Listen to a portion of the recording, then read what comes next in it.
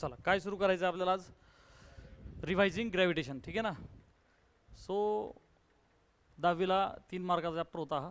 काय काय भेटाय चॅप्टरमध्ये आपल्याला, रिव्हिजनमध्ये आपण ग्रॅव्हिटेशनची कन्सेप्ट, सर्क्युलर मोशन आणि सेंट्रिपेटल फोर्स, केपलरचे laws, Newton's universal law of gravitation जो या चॅप्टरचा आत्मा आहे, ॲक्सलरेशन ड्यू टू ग्रॅव्हिटी सगळ्यात महत्त्वाचं जे आपल्याला 11वीला यूज करायचे, हा एवढा पार्ट. त्याच्यानंतर फ्री फॉल आणि एस्केप व्हेलॉसिटी, ठीक आहे. So one by one let's revise the things. It was discovered by Sir Isaac Newton. सगळ्यांना आय होप हा फॉर्म्युला माहीत असेल, G(m1m2/r²), ठीक आहे ना. पहा आता फोर्स अँड मोशन. फोर्स कशासाठी नेसेसरी आहे बेटा, बॉडीला मूव्ह करायचं असेल, म्हणजे रेस्टवाल्या ऑब्जेक्टला आपल्याला मोशनमध्ये आणायचं असेल, किंवा मोशनवाला ऑब्जेक्ट आहे त्याला थांबवायचं आहे, म्हणजे रेस्टवाल्याला मोशनमध्ये आणायचं असेल, मोशनवाल्याला रेस्टमध्ये. एखाद्या ऑब्जेक्टचा शेप चेंज करायचा, कुंभार मातीची भांडे बनवतो, राईट, शेप बदलवणे. सो फोर्सच्या भरपूर सगळे रूल्स आहे त्याच्यामध्ये, स्पीड बदलवणे, डायरेक्शन बदलवणे, आहे की नाही. So many rules of the force are there. Centripetal फोर्समध्ये काय बेटा, सर्क्युलर मोशनमध्ये सेंट्री म्हणजे सेंटरकडं, पेटल म्हणजे along the radius toward the centre, along the radius toward the centre. So अशा पद्धतीच्या फोर्सला आपण काय म्हणतो, सेंट्रिपेटल फोर्स. काय काय एक्झाम्पल देते आपल्याला, भरपूर सगळे सांगा बरं. वरती पहा, blades of the fans are moving, बरोबर आहे का नाही. अरे ब्लेड फिरतायत का नाही. सो ब्लेडच्या टोकावरचा जो पार्टिकल आहे, नीट आहे का बरं का. सगळ्यांना मी एकदा आहे ना सर्क्युलर मोशन आणि रोटेशनल मोशन फरक क्लिअर करतो. तुम्ही हे दोन शब्द ऐकलेत का, मला एकदा सगळ्यांनी सांगा बरं. सर्क्युलर आणि रोटेशनल ऐकलेत का नाही. अरे दोन शब्द निदान ऐकलेत का नाही, सर्क्युलर आणि रोटेशनल. काय डिफरन्स आहे रे बाळा दोघांमध्ये, ह्या दोन शब्दांमध्ये डिफरन्स काय आहे बघ. त्या दोघांमध्ये तोच फरक आहे जो सर्कल आणि स्पिअरमध्ये. कशामध्ये, सर्कल आणि स्पिअरमध्ये. पहा सर्कल आणि स्पिअरमध्ये काय फरक आहे. सर्कल ही स्पिअरची सावली आहे, सर्कल ही स्पिअरची, अरे बरोबर नाही. एखादा स्पिअर घ्या, वरून टॉर्च मारा, त्याची काय पडून खाली सावली. ती सावली कोण आहे, सर्कल. आणि हा जो स्पिअर आहे गोळा, तो 3D आहे. 3D कळतं ना सगळ्यांना, 3 dimension, x axis, Y axis. आम्ही सगळे ऑब्जेक्ट काय 3D, कारण आपल्याला मोजायला किती डायमेन्शन लागतात, 3. कळतंय का. मग आता सर्कलमध्ये बेसिकली जिथं विषय सर्कलचा आहे, शब्द आला सर्क्युलर मोशन. कोणती मोशन, सर्कल मोशन.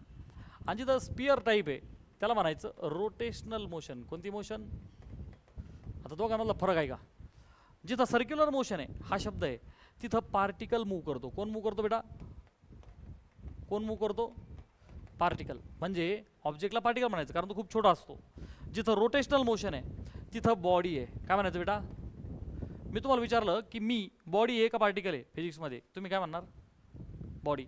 आता मीच पैठणला निघून गेलो, तिकडून फोन, हॅलो पोरांनो मी काय, तुम्ही आता काय म्हणणार, पार्टिकल. अरे मीच आहे पण तिकडं लांब गेलो ना, तुला दिसणार वेळ छोटासा झालो. अरे बरोबर आहे का नाही. सो ऑब्जेक्टला पार्टिकल कधी म्हणायचं, लई छोटा असल्यावर, आणि बॉडी कधी म्हणायचं, मोठा असल्यावर. हे असं लहानपणी शिकवलं जातं. अरे लक्षात आलं. 11वीत तुम्ही जेव्हा येणार 12वीला तेव्हा ते तुम्हाला व्यवस्थित पद्धतीने आपण शिकू. पटकन सांग, सर्क्युलर आणि रोटेशनल फरक कळाला सगळ्यांना. ठीक. इथं काय दिसतंय डायग्राममध्ये, अर्थ आहे, त्याच्या भोवती सॅटेलाइट फिरते. अजून काय काय उदाहरण सांगता येतील तुम्हाला. घड्याळाची काठी नाही का फिरत. अरे घड्याळे 3 काटे आहेत का नाही. मग काट्याची जी टीप आहे ही टुकू टुकू टुकू टुकू फिरते का नाही, ती एक सर्क्युलर मोशन झाली. अजून पृथ्वी सूर्याच्या भोवती फिरते. अजून अरे थोडं बोला. गाडीचं टायर फिरतं, मग टायरवरचा पार्टिकल घ्यावा लागेल ना आपल्याला. तो पार्टिकल टायर सोबत फिरणार, बरोबर आहे की नाही. Blades of the fan are moving. अरे फॅनचे ब्लेड असतात का नाही, त्याच्यावरचा पार्टिकल घ्यावा लागेल ना आपल्याला. ब्लेड तर फिरूच राहिलं परंतु पार्टिकल सुद्धा गोल गोल फिरतो. ही झाली सर्क्युलर मोशन. ही जाड ओके ठीक. मग आता सेंट्रिपेटल फोर्स. सो बच्चा सेंट्रिपेटलचा अर्थ असा आहे, हा जो सॅटेलाइट आहे हा ऑब्जेक्ट आहे. सॅटेलाइटला कुठं खेचलं जात आहे, सेंटरकडं. अर्थ त्याला कुठं खेचतीये, सेंटरकडं. तर ज्या फोर्सने खेचते त्याला म्हणायचं सेंट्रिपेटल फोर्स. काय म्हणायचं, त्या एफला सफिक्स लावायचा CP. नीट आहे का बरं का. CP म्हणजे आपण आपल्याला कळण्यासाठी लावला. CP for centripetal, CP for centripetal. बेटा CP म्हणा किंवा त्याला सफिक्स R पण लावला जातो, रेडियल. R म्हणजे काय? रेडियल. कारण की हा फोर्स कुठे ॲक्ट होतोय? Along the radius. पटपट बोला, अलॉंग द. शिकलोयत का नाही आपण हे सगळं? ठीक. त्याचा फॉर्म्युला सगळ्यांनी लक्षात ठेवा. सेंट्रीपेटल पाठ करा, आपल्याला पुढे लागणारच येतो. mv²/r. काय फॉर्म्युला लक्षात ठेवायचा? mv²/r. ओके.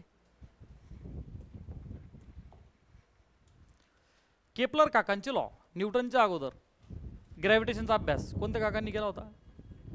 केपलर अंकलने अभ्यास केला होता. ठीक आहे. सो केपलरने 3 लॉज बनवले. तर पहिला लॉ ऑर्बिटचा लॉ, दुसरा एरियाचा लॉ आणि तिसरा लॉ ऑफ पिरियड. कोण सांगेल बरं मला व्हॉट इज ऑर्बिटल लॉ? कोणीच नाही, मीच सांगतो. काय म्हणणं होतं त्या काकांचं? प्रत्येक प्लॅनेट हे सूर्याच्या भोवती फिरतं, पण कशा ऑर्बिटमध्ये? एलिप्टिकल, अंडाकृती ऑर्बिटमध्ये. कशा ऑर्बिटमध्ये? अंडाकृती ऑर्बिटमध्ये. हा त्याचा कितवा लॉ आहे? फर्स्ट. दुसरा लॉ काय होता त्याचा? सूर्य दिसतोय तुम्हाला, प्लॅनेट फिरतोय, तर every planet revolve around sun in the elliptical orbit. Yes, but areal velocity constant. काय तो लॉ? एरियल व्हेलॉसिटी कॉन्स्टंट म्हणजे काय तुम्हाला तुमच्या भाषेत सांगतो. मला सांगा, हा प्लॅनेट आहे, इथपासून इथपर्यंत मूव्ह केला का नाही? आता कोणता महिना चालू आहे? मे. आपलं सॉरी एप्रिल. कोणता चालू आहे? एप्रिल. इथपासून इथपर्यंत आला, किती दिवस झाले? 30. आणि कोणता महिना झाला? एप्रिल. सो एप्रिल महिन्यामध्ये नीट आहे का बरं का, ही जी रेडियस आहे तिने जेवढा एरिया स्वेप्ट केला, तो एवढा आहे A1. बरोबर आहे का नाही? हां. आता 12 महिन्यापैकी दुसरा कोणता तरी घ्या, इकडे या, नोव्हेंबर महिना घ्या. कोणता घ्या? हे जे घ्या म्हणजे मी इमॅजिन करा म्हणतोय, बरोबर आहे का नाही? सो नोव्हेंबर महिन्यामध्ये इथपासून इथपर्यंत मूव्ह करेल का नाही अर्थ? तर एरिया स्वेफ्ट किती झाला? A2.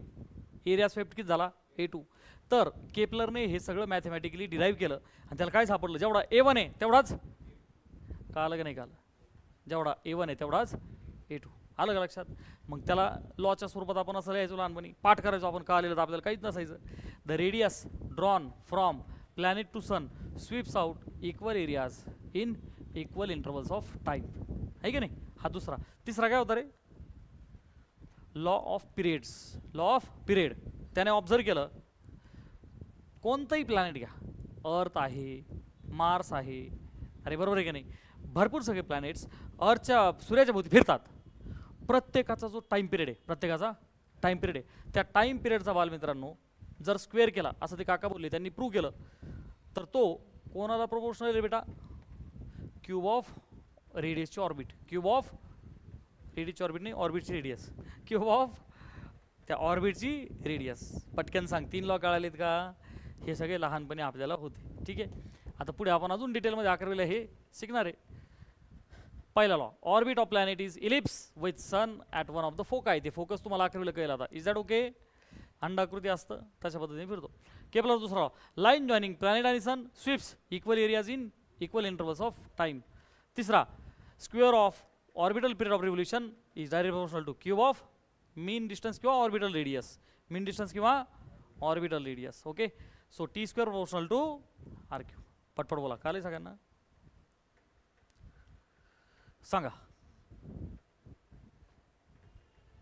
अरे फोर्स, अरे कोण गरजेचं आहे स्पीड डायरेक्शन चेंज करायला? Force which is directed toward the center is centripetal force. पटापटा रिस्पॉन्ड करा जरा.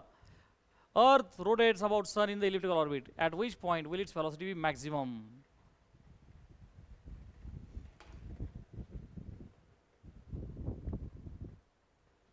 लक्षात ठेवा, जितक्या जवळ असे म्हणजे जेवढं डिस्टन्स कमी तेवढा स्पीड जादा. काय लक्षात ठेवायचं? जेवढं डिस्टन्स कमी तेवढा स्पीड जादा. सो ABCD 4 पॉईंट पैकी कोणता क्लोज पॉईंट आहे? आलं का सगळ्यांच्या लक्षात? सो तिथं स्पीड जादा. Okay. At A point speed will be more. लक्षात ठेवा हे. According to Kepler period of revolution and its mean distance कशी रिलेटेड बेटा? A का B? B. Observe the following planet around the sun and write 3 laws. सगळ्यांना लिहिता येतील laws? पहिलं ऑर्बिट कसं बेटा elliptical, second equal areas in time interval, आणि तिसरा T square proportional to R cube, T square proportional to R cube, T square proportional to R cube. State the Kepler 3 laws. Newton सगळ्यात महत्वाचा हा as it is आपल्याला 11वीला पण आहे. ठीक आहे, पाहत काय होतं रे न्यूटन्स लॉ ऑफ ग्रॅव्हिटेशन. न्यूटनचं काय म्हणणं होतं जरा सगळ्यांनी समजून घ्या. ह्या अर्थवरचे कोणतेही दोन ऑब्जेक्ट, बरं का, अर्थ नाही युनिव्हर्सल येतो लॉ. कसा लॉ येतो, नुसती अर्थ नाही, स्पेसमध्ये सुद्धा, युनिव्हर्समध्ये सुद्धा जिथं जिथं तुम्हाला मीडियम सापडेल का नाही, तिथं तिथं कोणतेही दोन ऑब्जेक्ट हे एकमेकाला काय करतात बेटा, अट्रॅक्ट. काय करतात, अट्रॅक्ट. रिपेल करतील का, अजिबात नाही. तो सबसे प्यारा कौन है, पापा मेरे पापा नाही म्हणायचं, काय म्हणायचं, ग्रॅव्हिटेशन मेरा ग्रॅव्हिटेशन. सो प्यारा force, this force is purely attractive. मोठ्याने बोला, कसा आहे हा फोर्स, काय आवाज आहे, वाह, अरे मोठ्याने बोल ना.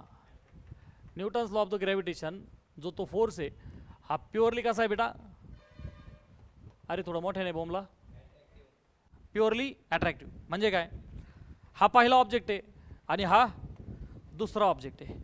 पहिला ऑब्जेक्ट दुसऱ्या ऑब्जेक्टला काय करणार आहे बेटा, अट्रॅक्ट.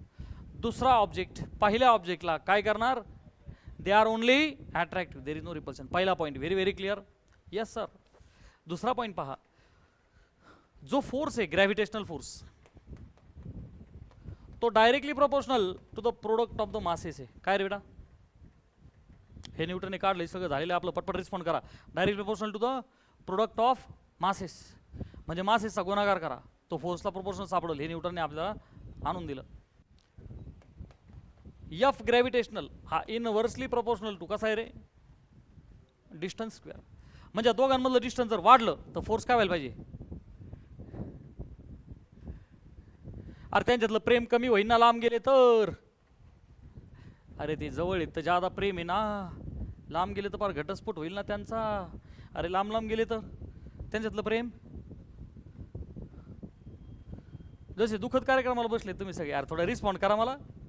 ते दोन ऑब्जेक्ट एकमेकापासून जर लांब गेले तर त्यांच्यातला फोर्स, कॉमन सेन्स कमी होईल आहे की नाही ना. वरचा एरो म्हणजे वाढणे, डिस्टन्स वाढलं तर फोर्स कसा होईल, बरं उलट आहे, डिस्टन्स कमी कमी करत गेलं तर फोर्स वाढत राहील वाढत राहील वाढत राहील. अरे बरोबर आहे नाही, हां ठीक. आता ह्या दोघांना जर एकत्र केलं, कोणाला, ह्या दोघांना, तर what is Newton's law of gravitation, G m1 m2 by R square. G कोण आहे, पार्लेजीचा जी आहे का तो, मग काय जी, युनिव्हर्सल ग्रॅव्हिटेशनल कॉन्स्टंट. काय बेटा तो, थोडं मोठ्याने बोला, फुकट आहे, त्याला काही खर्च थोडाच लागतोय, मोठ्याने बोला. युनिव्हर्सल ग्रॅव्हिटेशनल, युनिव्हर्सल अर्थ काय, तो कधीही बदलणार. ह्या दोन ऑब्जेक्ट उचलून आपण पाण्यात जरी ठेवले तर जी बदलन का, अजिबात बदलणार. जी नेहमी कॉन्स्टंट असतो. m1 आणि m2 हे मासेस आहे, r हे डिस्टन्स आहे. ओके, आता तो जो कॅपिटल जी आहे पॉवर का, तो काय आहे, एफ हा जी m1 m2 by R square आहे. m1 आणि m2 दोन मासेस आहेत, जी युनिव्हर्सल ग्रॅव्हिटेशनल कॉन्स्टंट आहे, आर दोघांच्या मधलं काय बेटा, डिस्टन्स, आणि एफ हा ग्रॅव्हिटेशनल फोर्स आहे. आता value of the G, value of G काढली गेली कशी, F into R square, m1 m2 काय केलं, डिवाइड केलं. इज दॅट ओके, ठीक. आता पहा, ही तुम्हाला पाठ करायची गरज नसते, ही एक्झाममध्ये दिलेली असते. Is that okay. Derivation of inverse square law, चला याची काही गरज नाही आपल्याला, ठीक आहे. दुसरा महत्त्वाची गोष्ट अशी आहे, तिसऱ्या लॉमध्ये T square proportional to R cube, हे सगळ्यांनी पाठ करायचं न्यूमेरिकल सॉल्विंगसाठी.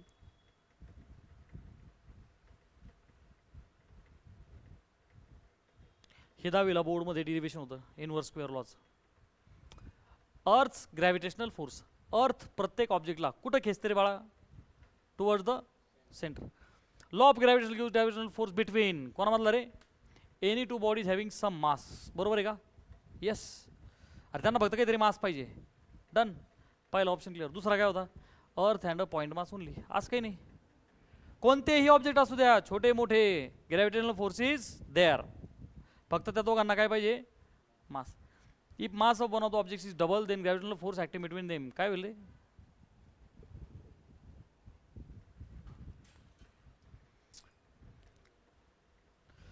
अरे एकाचं मास डबल केलं तर 4 डबल होईल ना. अरे M1 M2 प्रपोर्शनल आहे ना. एक जण तसाच ठेवा, एकाला डबल केलं तर फोर्स काय होईल? डबल. कळतंय का? याच्या व्हरायटी घेतो मी आता तुमच्या. बरं एकदा हे सांगा बरं.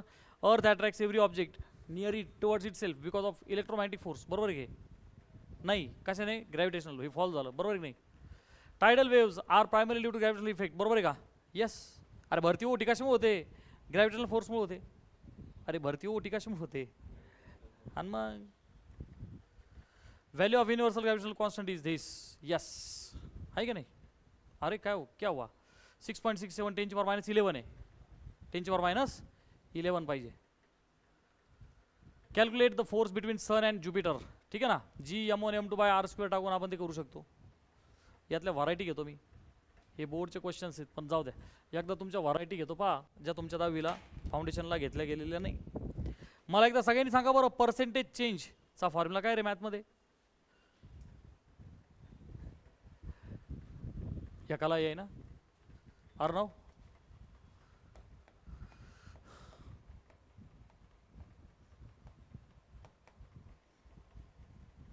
मी तुमची 30 मार्काची टेस्ट घेतली.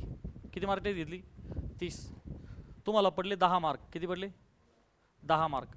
परत एक दुसरी टेस्ट घेतली, आता पडली 15. किती पडले? किती टक्के? अच्छा इन्क्रीमेंट झाली डिक्रीमेंट झाली? पटपट बोल ना. अरे इन्क्रीमेंट झाली ना. किती टक्के इन्क्रीमेंट झाली?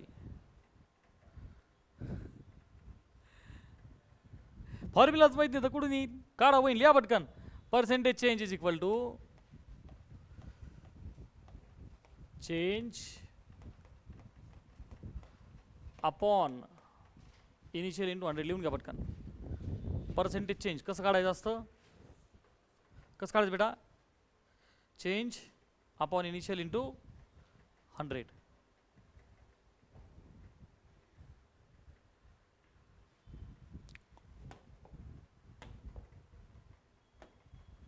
झालं. आता परीक्षेत पहा प्रश्न कसा विचारतील बरं का. सगळ्यांनी वरती पहा. वेगळ्या वेगळ्या व्हरायटी घेऊ बरं का आपण. हो बेटा, पहिला ऑब्जेक्ट आहे मास M1 आहे, दुसरा ऑब्जेक्ट आहे मास M2 आहे. दोघांच्या मधलं डिस्टन्स काय रे बाळा? R. आता तुला काय म्हणलं एक बरं का, दोन्ही मासेस डबल केले. काय म्हणले? हां मला अगोदर तुम्ही सगळ्यांनी सांगा, दोन्ही मासे डबल भादाडी केले, ग्रॅव्हिटेशनल फोर्सवरती काही फरक पडेल का नाही पडणार? थोडं पटापट पटापट बोलायचं बरं का. Yes or no? पडेल का नाही पडणार? पडल. मग कसा काढू आता हा फरक? बोल पटपाट. मला सांग, जे M1 आहे नवीनला M1 डॅश म्हणू आपण. जुनं M1 आहे ना, नवीनला काय म्हणू आपण? M1 dash. त्याला डबल केलं का नाही म्हणजे काय म्हणू आपण? 2M1. याला पण डब्बू केलं, जो M2 होता नवीनला काय म्हणू आपण? M2 dash. त्याला बी डबल केलं म्हणजे तो काय झाला बेटा? पटापट पटापट मोठ्याने बोलाय जरा. बरोबर आहे? ग्रॅव्हिटेशनल फोर्सचा फॉर्म्युला मोठ्याने बोंबला सगळेजण. बोला. F gravitational is equal to, अरे जी M1 M2 बाय याच्यात जी कसा आहे? कॉन्स्टंट. माझी एक सवय आहे, जीला नेहमी का जो कॉन्स्टंट त्याला काय करायचं? गोल कच्चा लिंबू. ठीक आहे ना. M1 M2 R² कोण कॉन्स्टंट आहे?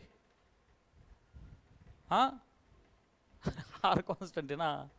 अरे ते फक्त काय म्हणले, मासे ढबडे केले, बाकी बदललं का? ते अंतर कमी जास्त केलं बोललेत का? मग अंतर कसं झालं? कॉन्स्टंट. मग फोर्स कोणाला प्रोपोर्शनल आहे? Product of the masses. कोणाला प्रोपोर्शनल आहे? Product of the masses. आज सगळ्यांनी नीट आहे का बरं का टेक्निक कसं लिहायचं? तुला टक्केवारीतला चेंज काढायचं. बरोबर आहे? त्यासाठी अगोदर नवीन फोर्स तर पाहिजे ना. कळतंय ना सगळ्यांना? चला मी मागे एक एक्झाम्पल घेतलं होतं. बाळा 30 पैकी तुला किती पडले? 5. सॉरी 15 घेऊ. किती घेऊ? 15. परत टेस्ट घेतली तर 30 पैकी तुझं इन्क्रीमेंट झालं, 20 पडले. बरोबर आहे नाही? किती मार्क वाढले तुझे? किती टक्के वाढले? झाली गडबड. मग आता हा फॉर्म्युला लाव ना. पर्सेंटेज काय म्हणणार मी? थोडं मोठ्याने बोला ना. अरे तो चेंज काय आता? इन्क्रीमेंट. हां मग आता चेंज किती चेंज आहे बेटा? 20 आणि 15 मध्ये 5 आपण इनिशियल किती होते? 15. अरे इनिशियली किती होते? 15 गुणिले 100. चला 5 ने भाग द्या. 20. 20 गुणिले 5 किती आले बच्चा 100 अपॉन 3 33% इंक्रीज. पटकन सांग कळालं इकडं घेऊन गेलं. हो नाही नाही नाही अरे कळालंय का मोठ्याने हो म्हणा. अरे आपण जिवंत माणसं आहेत का नाही का आपण दहाव्याच्या कार्यक्रमाला येऊन बसलोय दुखत गाठ नाही. अरे थोडं मोठ्याने बोल ना. Yes sir. अरे मोठ्याने बोल यस सर. नुसते घुमेवानी आमची 11वीची बॅच तशी नुसती घुमेवानी बघत बस टाकाऱ्यासारखं.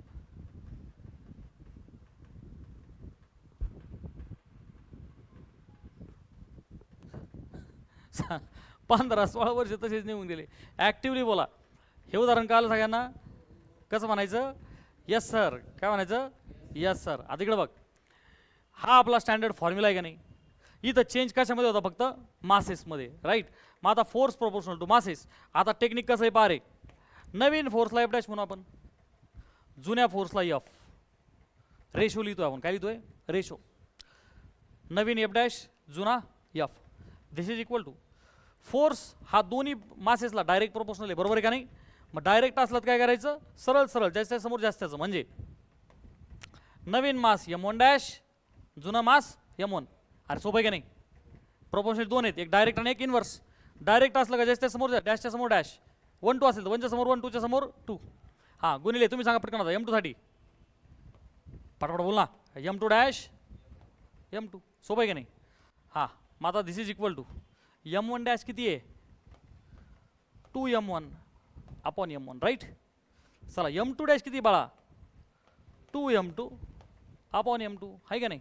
बघ बेटा M2 M2 M1 M1 cancel. बेदुने पटपट बोल ना 2 2 जा 4. याचा अर्थ काय झाला रे बेटा एफ डॅश बाय एफ किती आला 4. बरं काढायचं काय रे आपल्याला पर्सेंटेज चेंज म्हणजेच चला लिहा पर्सेंटेज चेंज कोणामधला रे फोर्समधला. काय फॉर्म्युला आहे चेंज अपॉन इनिशियल इंटू 100. मग आता चेंज काय रे बाळा चेंज नवीन एफ डॅश जुना एफ.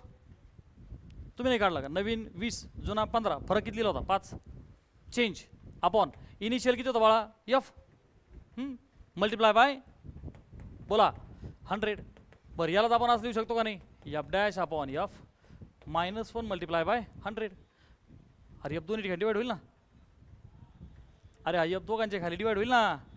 मग एफ डॅश अपॉन एफ किती आलेला आपला 4 4 -1 इंटू 100. 4तून 1 गेला 3 इंटू 100 किती टक्के फरक पडला. काय आवाज आहे अरे मोठ्याने बोला. 300% वाढला कमी झाला. कळतंय सगळ्यांना. लिहून घ्यायचं लिहा पटापटा पटापटा लिहून घ्या.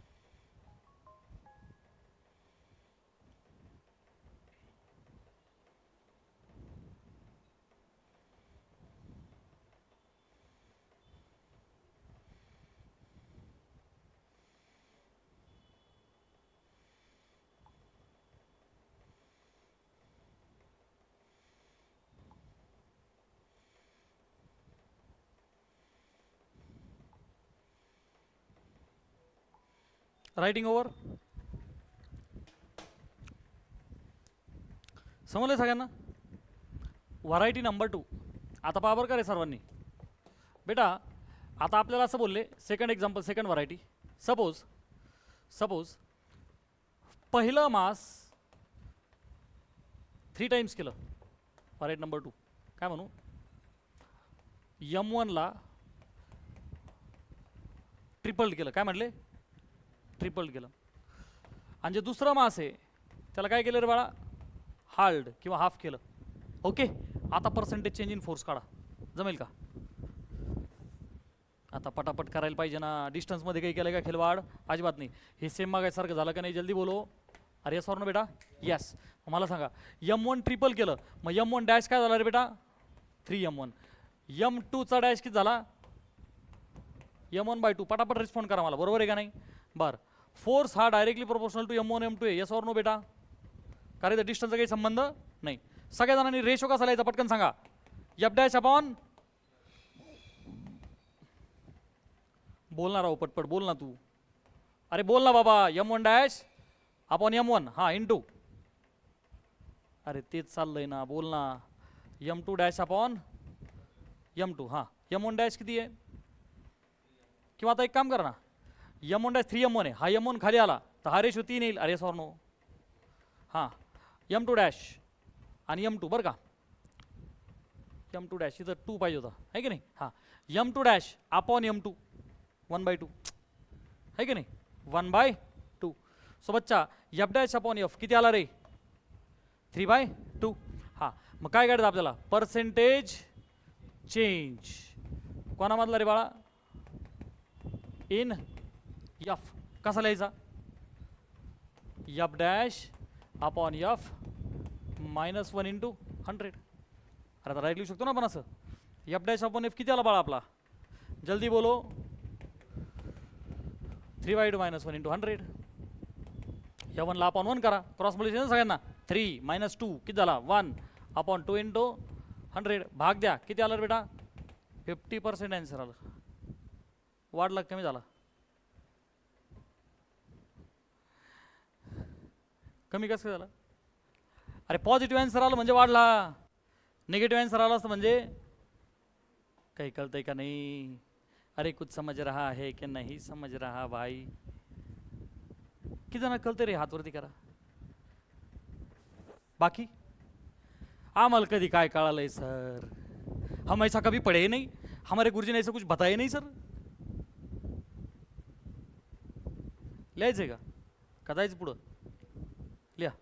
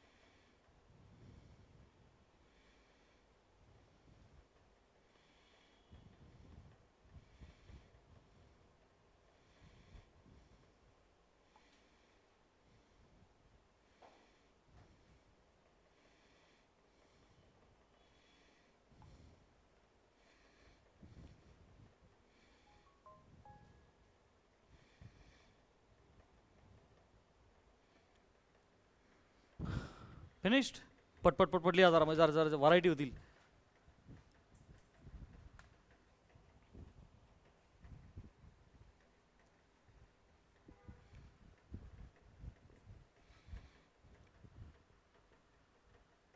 फिनिश्ड. आता असं बोलले आपल्याला, नीट आहे का बरं का. नंबर 3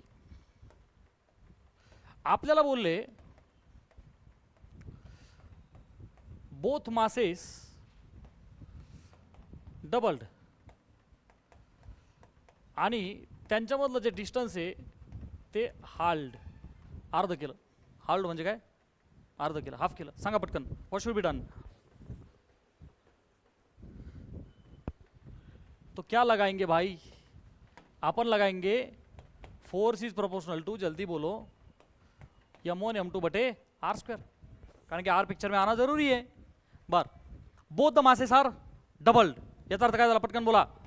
m1 डॅश, पटपट बोलना. हा m2 डॅश, बहुत बढ़िया. डिस्टन्स हाफ म्हणजे काय, नाही नाही नाही, डिस्टन्स आर आहे, नवीन डिस्टन्स आपण काय म्हणू, आर डॅश, आर डॅश म्हणू. हा आर डॅश काय झालं, हाफ, आधी किती होतं आर, आता किती झालं r/2. अरे क्या सारे बच्चे बात समझ रहे हैं. अरे ते आर होतं ना, ते नवीन किती झालं r/2. चला मग आता मला सांगा रेशो कसा लिहायचा, पटपट बोला सगळेजण आता. f डॅश, मोठ्याने बोला. हां हां पटपट बोला ना सगळे. हां हां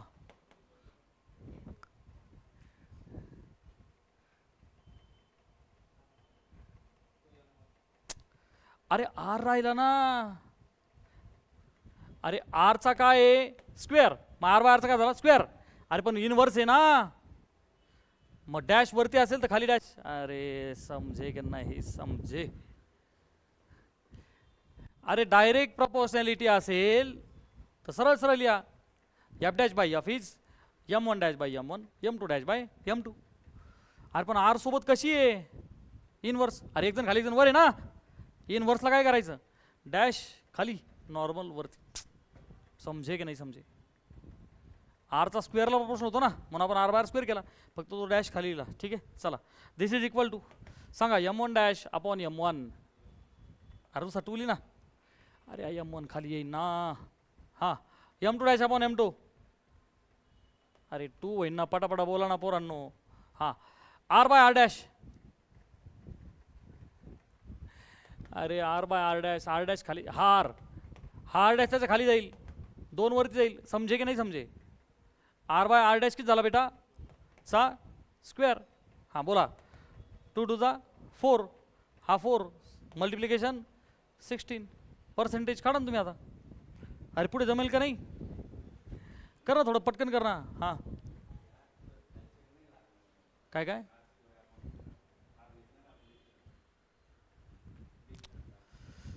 r dash is r/2 right. हा 2 वरती गेला डॅश खाली आला, r upon r dash we applied 2.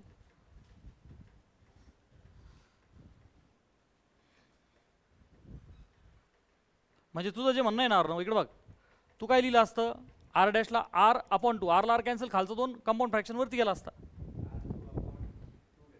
तो बात वही आहे, इकडे इकडे बघ, तुझं म्हणणं असं आहे सर, सर r/r डॅश ब्रॅकेटच्या स्क्वेअरला कसं सिम्प्लिफाय करायचं, r डॅश इज r/2,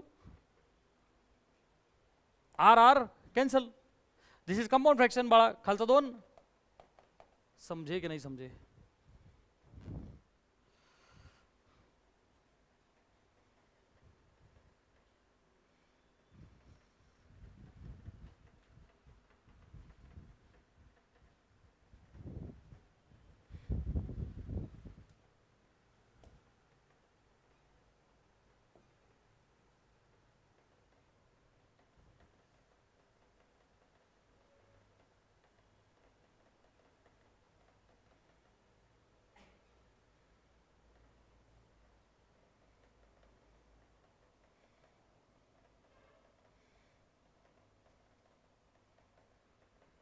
बेटा राइटिंग ओवर.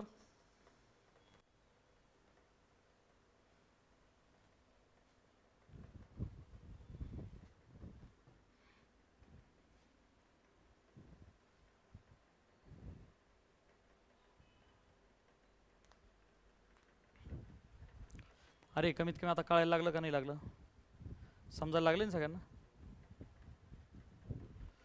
आता तुम्ही एक करून दाखवता का मला,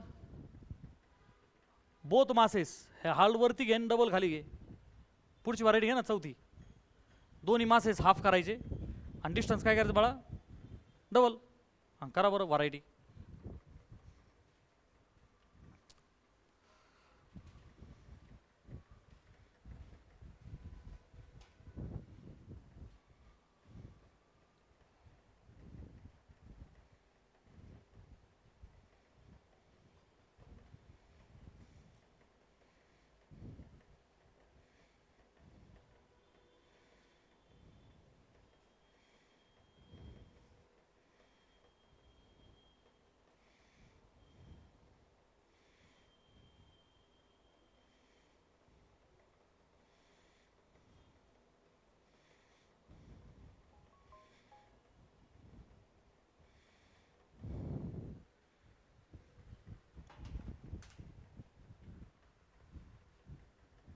अच्छा याचं उत्तर आलं का?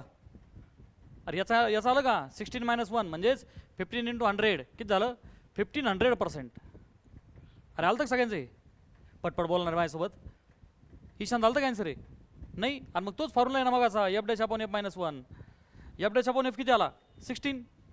16तून 1 गेला 15. 15 × 100 1500.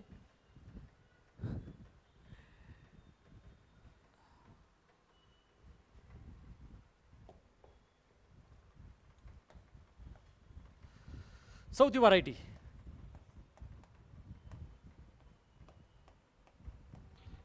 बोथ द मासेस काय केले बाळा? हाल्ड. आणि त्यांच्यातलं डिस्टन्स काय केलं? आता काय केलं? डबल केलं. आता दोन्ही मासेस अर्धे केले म्हणजे पटकन सांगा, M1 डॅश काय झाला? M1/2. M2 डॅश काय झाला? हा डिस्टन्स अर्ध केलं. R डॅश किती झाला बच्चा? अच्छा डबल केलं very sorry, 2R. Distance double केलं ना, R डॅश किती झाला? 2R.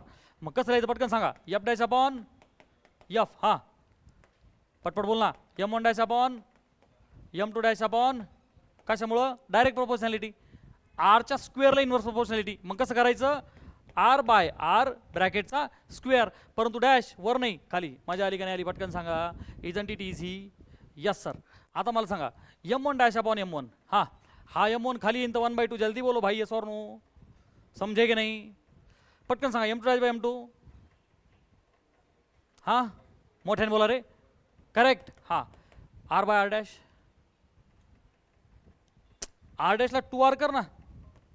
अरे R' ला 2R कर. R cancel. हाफ. अरे करतं की नाही? पण त्याचा काय रे बेटा? स्क्वेअर. सो खाली बघ 1/2 टू जा 4. तिकडे बघ 1/2 टू जा 4. 1/16. हां मग पर्सेंटेज चेंज.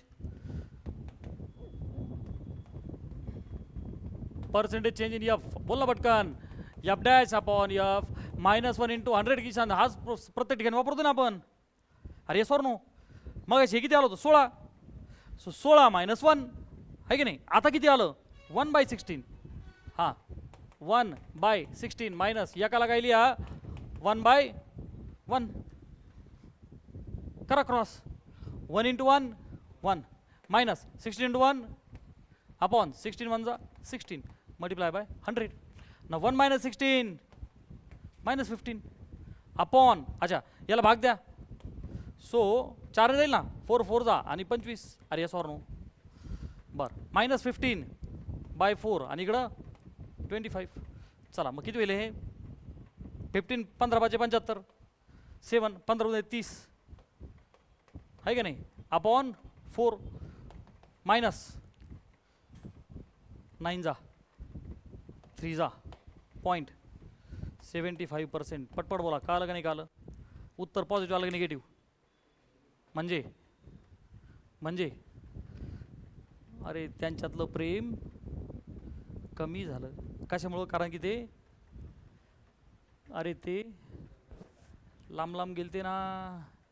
अरे मजा आली का नाही? किती जणांना मजा आली? हातवरती करा. ठीक.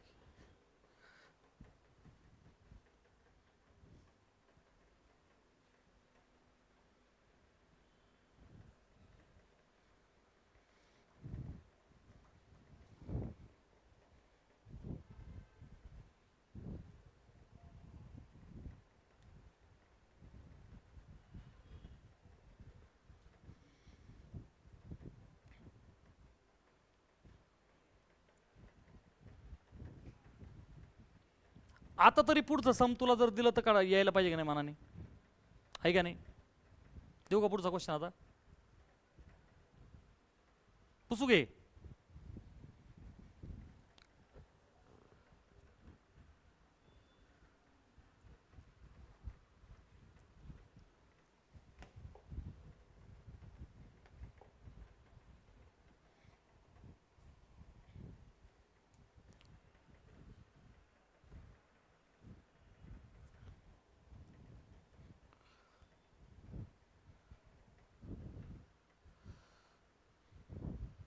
ही व्हॅल्यू टाक आणि खाली उत्तर लिही. घरी गेल्यावर बसते कॅल्क्युलेशन करत.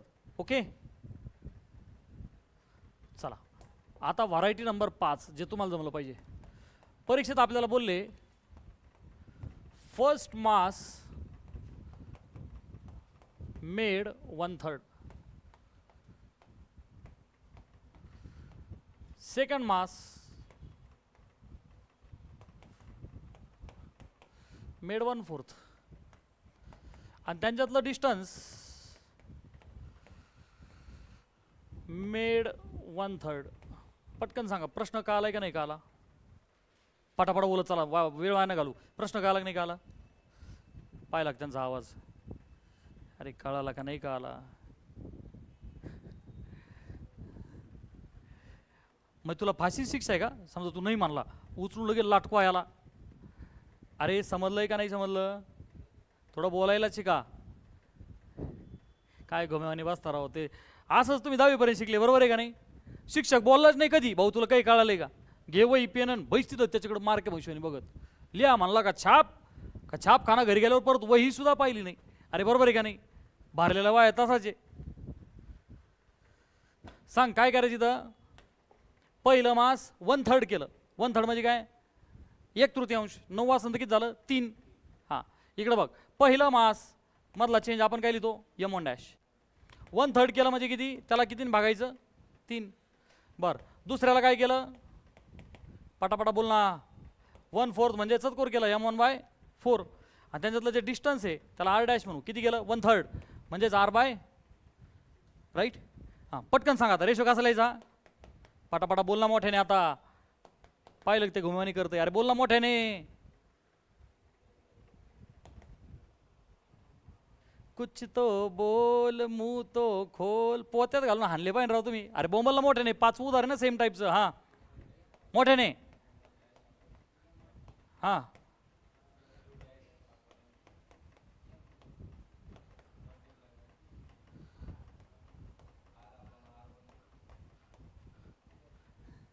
अरे r/r' ब्रॅकेटचा स्क्वेअर. हां पुढची स्टेप. अरे m1 खाली येईन तर हे रेशो काय होईल? m1 लिहिलं मी, इथं m2 पाहिजे. अरे बरोबर आहे नाही? हां m2 खाली आलात किती होईल हा? चला r/r' सांगा पटकन.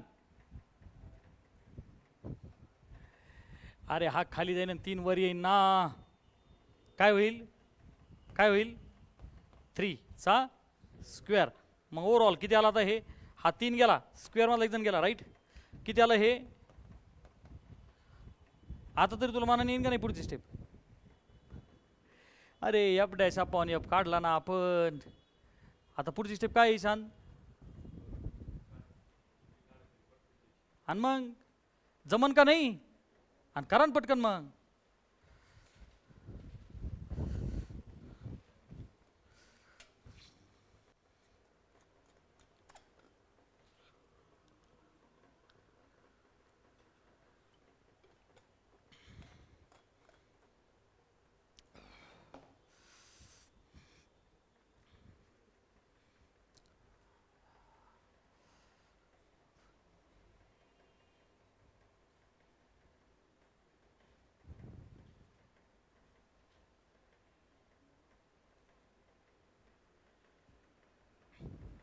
किती आला अर्णव आन्सर?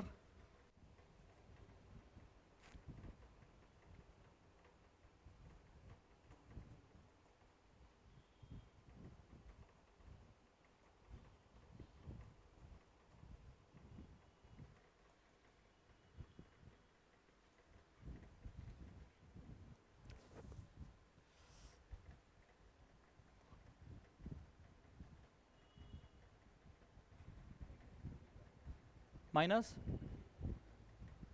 करेक्ट.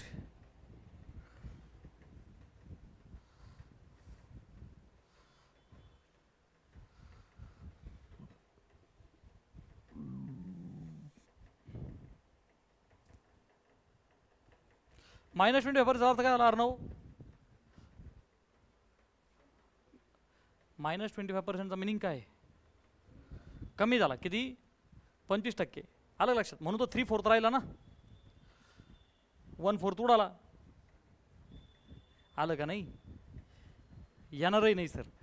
अरे इथपर्यंत लिहून झालं सगळ्यांचं. सार्थक काय भरला आपला percentage चेंजचा, change upon initial into 100. So finally f dash upon f minus 1 into 100. f dash by f किती आला बाळा, जल्दी बोलो, 3/4 minus 1 into 100. ह्या 1 ला काय करायचं अपॉन 1, हां 3 1 जा 3, 4 1 जा 4, खाली 4 1 जा 4 इंटू 100. 4 ने भाग द्या, किती आलं 25. 3 minus 4 is -1 multiply by 25 is 25%. पण कसं रे, मायनस, मायनस का मतलब हुआ डिक्रीमेंट. आणि तो कमी का झाला रे, त्यांच्यातलं डिस्टन्स काय झालंय सर, 1/3. वाढलं नाही, कमी झालं. ते जवळ तर आले पण त्यांचे मासेस पण कमी झाले ना. अरे हाफ 1/3 1/4 झालते ना, ते छोटे छोटे पण झालते ना, जवळ तर आले पण छोटे छोटे पण झालते. अरे कळतंय का, थोडासा फील आला पाहिजे, क्या सारे बच्चे बात समझ रहे हैं. सो चॅप्टरचा अर्धा पार्ट वी हॅव कवर्ड, अर्धा आपण उद्या घेऊ का लगेचच सगळा चॅप्टर घ्यायचे, कधी पटकन सांगा, स्टॉप करायचं.